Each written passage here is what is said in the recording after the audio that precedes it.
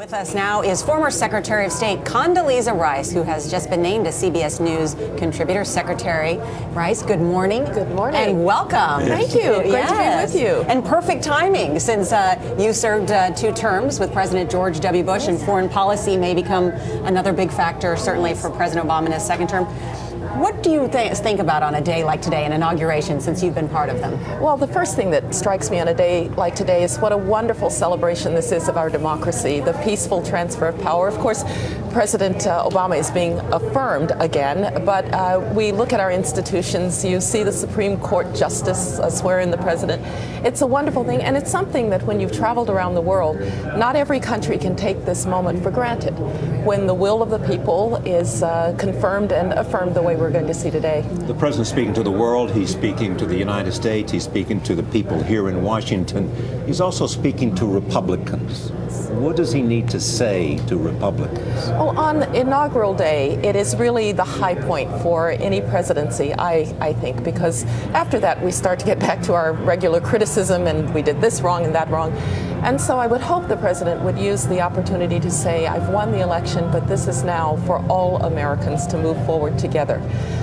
Not everyone agreed with the president's agenda in the election, but he won it fair and square. And now it's a question of reuniting the country around some big issues, perhaps around immigration, around getting our fiscal house in order. But it requires now a kind of humility and a reaching across the aisle. And reaching across the aisle, by the way, means reaching out to Americans who also may not have voted for him, but now today affirm him as their president too. What's his biggest challenge in foreign policy? Because as you well know, often foreign policy ends up as dominating a second term. Well, there's no doubt that the Middle East is going to be, I think, the biggest challenge. It's possible that you could have something happen in North Korea, for instance, something to keep an eye on, so that Asia looks less stable.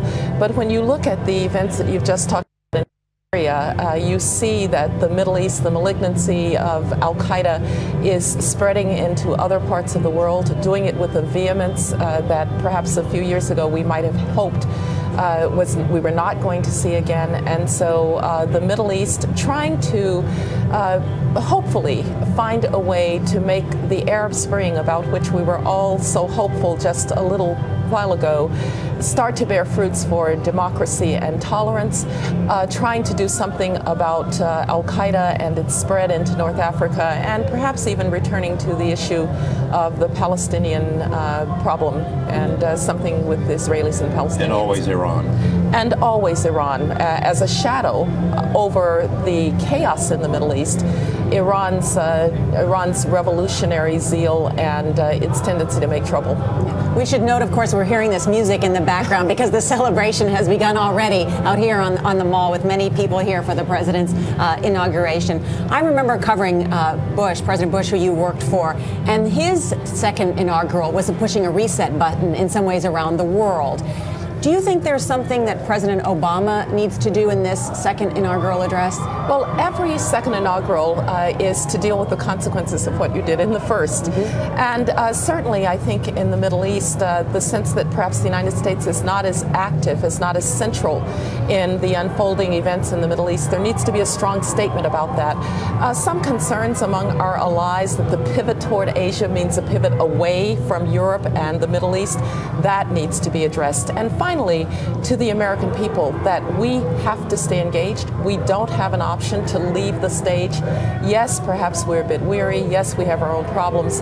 But American leadership is needed in this world. It's desired in this world. And without it, neither our interests nor our values will be well served. And it's always true that as we sit here today, something will challenge the president that neither us or him could have imagined at this day. I want to finally, he's going to take the oath of office on a Bible from Abraham Lincoln and also Dr. King. This is Dr. King's birthday too. When you think of Dr. King and the new memorial for him, what do you think? I think of how far this country has come, but I think of the need to continue the reconciliation of the birth defect that was America's slavery. We still have a long way to go. We're not yet race blind. People still suffer in poverty, and poverty and race and a poor education is still a very bad combination. We have a lot of work to be done, but my goodness, how far this country has come.